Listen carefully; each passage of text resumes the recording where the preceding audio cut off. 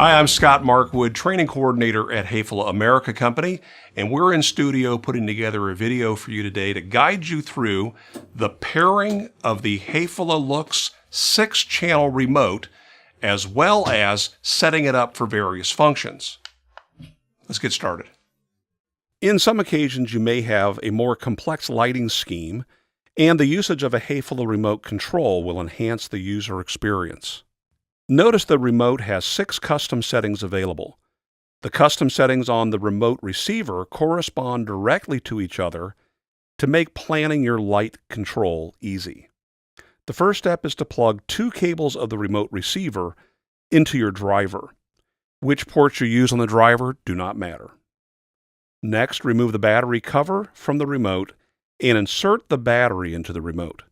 Then, replace the cover of the battery compartment. Now we're ready to pair the remote and the remote receiver. Press the small button on the control box one time. It will begin flashing blue to indicate that it's ready to pair. Hold down C1 and C2 on the remote until the blue light no longer flashes. Your remote is now paired and ready for programming.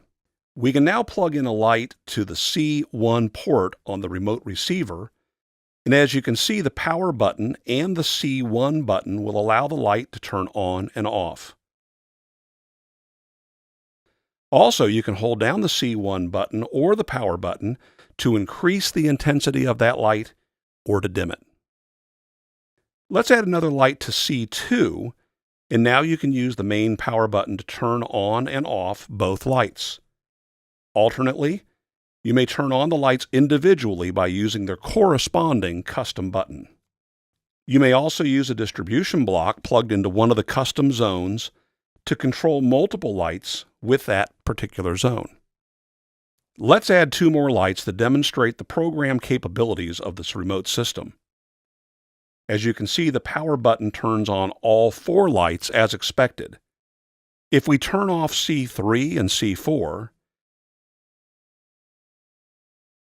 then power off the whole system, when powered back on, only C1 and C2 will turn back on since we powered off C3 and C4 manually. Let's turn back on C3 and C4, then hold down the main power button to raise the intensity of the lights up to their maximum intensity. Now we can hold down S1 for 5 seconds until all lights flash to create a custom scene setting.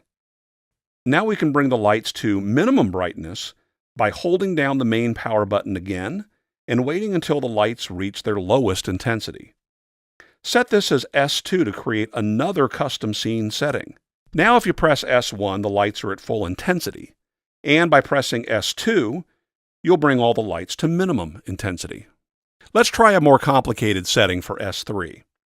Let's turn off C4, bring C3 to full brightness, and leave C1 and C2 at minimum brightness.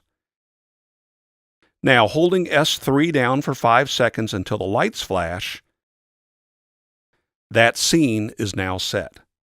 So again, we have S1 and all 4 lights at full brightness, S2 with all 4 lights at minimum brightness, and now S3 with 1 bright, 2 dim, and 1 off.